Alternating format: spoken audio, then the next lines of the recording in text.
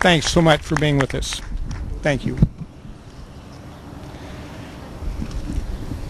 We have one of our funding partners that made this all possible. We'd like to give him an opportunity to talk a little bit about his program. From the Washington Wildlife and Recreation Coalition Board, Frank Urbeck.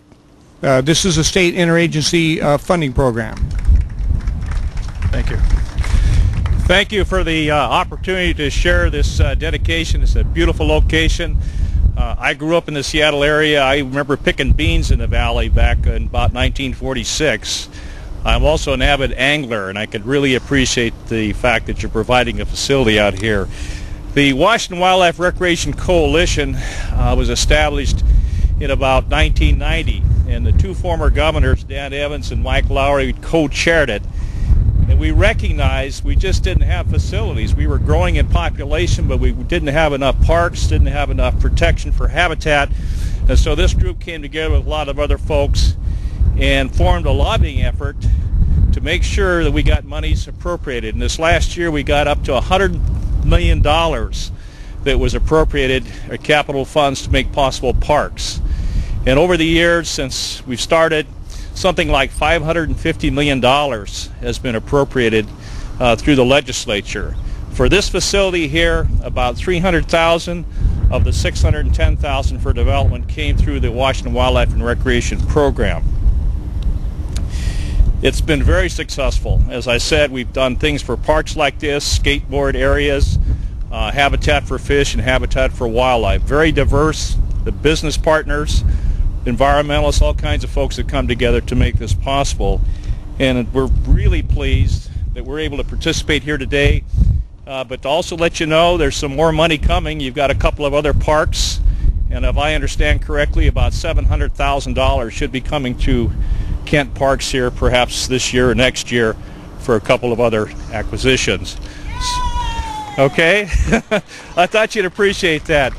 Be sure and thank your local legislators.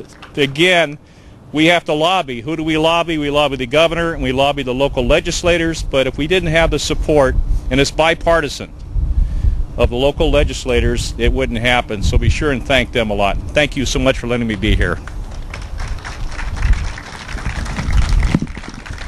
A further example of the partnerships it takes to make this work and continue to take care of the park, I'd like to introduce Kevin Hornsby from GKN Aerospace Chemtronics.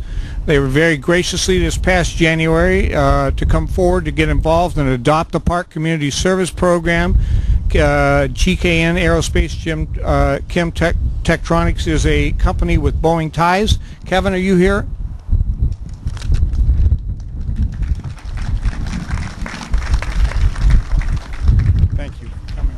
Thank you. Last time I was here we had about 40-mile-an-hour gusts and we had rain going sideways. Digging little holes in the planters over here and trying to get the plants in before they filled up with water. For the most part we were successful. It is a beautiful and fitting day today for a park dedication, a day that a lot of us have been waiting for quite a while. I'm happy it's finally arrived. Good afternoon to everyone. I am Kevin Hornsby.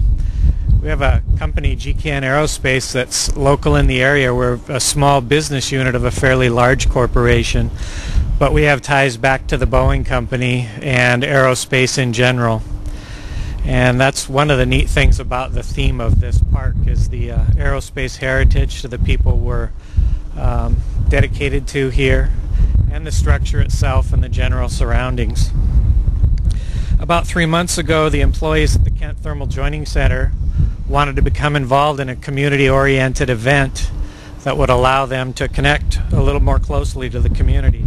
We contacted the City of Kent and found that we had an opportunity to adopt a park. Once we learned about the background of the park and where it was located so close to us, the history behind it, and the sanctuary it would create, we knew we had found our connection. The building of community-based parks is a time-honored tradition. Whether they come with the features of buildings, trees, grass, beautiful artwork like we have here, they mark themselves in our consciousness with a constant reminder of what we might ordinarily forget in the hustle and bustle of the ordinary business day. This day is special. The unique sanctuary is certainly special. Everything that went into it, from the volunteer service, the dollars and the efforts of Kent's Parks and Recreation Services to make this the facility it is, makes it special for all of us. This morning I was coming across the bridge at about 6 o'clock a.m. and the sun was just starting to poke over the Cascades. You can look to the south and see Mount Rainier in all her glory. Decided to turn in and just come see how things had changed a little bit in the last week or so, and took the opportunity to walk down the trail. And as I was going down, of course, there was a great 737 soaring up behind here. There was a hawk that was just going silently overhead, probably looking for breakfast. And there was a single great blue heron across the river under the bridge that seemed to be just waking up, but managed to stay there for the whole time that I was there. If you take the opportunity to explore the grounds here and enjoy it, bring your family members, friends, you'll see that it's a place that we can really connect back to the environment, enjoy the out of doors, and still be right in the midst of all of the activities that are here in the commercial area of Kent.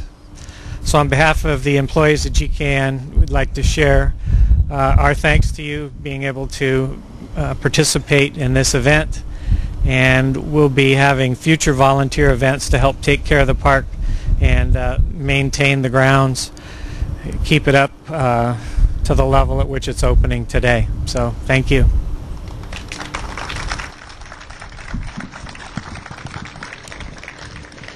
And if I can just make a comment, just a quick reminder that the park system is about quality of life in the community. And as you've heard now from the various presentations, it takes many different partnerships. We have to get funding. The state has been a help in that. We have to take care of the maintenance. We have to obviously build the structure. We've got to maintain it. But look at the different facilities that are available to you just on this site. We clearly have a wonderful outdoor barbecue setup and picnic tables. I've got a number of you that clearly are bicyclists that are going to use the pathway.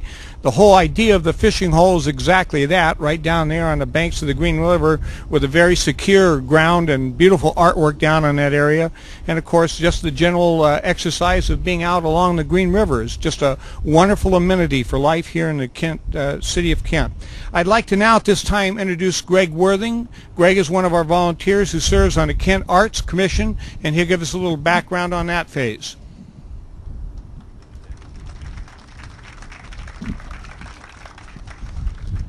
I was getting ready to go fishing when I got a phone call that the woman that was supposed to give this couldn't make it, so I got my fishing hat anyway. The Arts Commission solicited 2 proposals for this park. Steve Jensen was commissioned to create sculpture, which you see right over here, and Debbie Zachary and VJ Sutmeyer of Sandblast Art created the fishing platform artwork. I hope you go down there and see it. You know, I love salmon of any kind, even if it's on a bench, you know.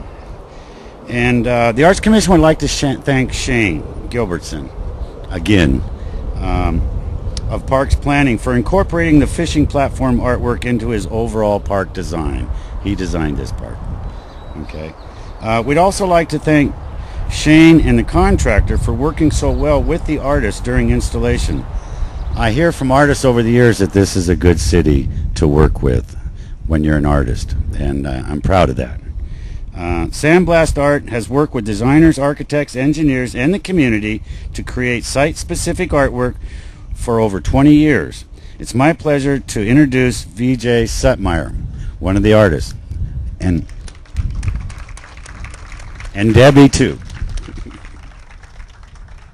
He said it'd be brief. Hello, my name is VJ Sutmeyer and this is Debbie Zachary, and we appreciate the opportunity to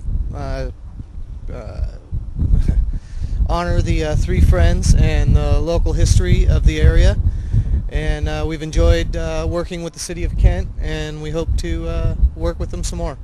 Thank you very much.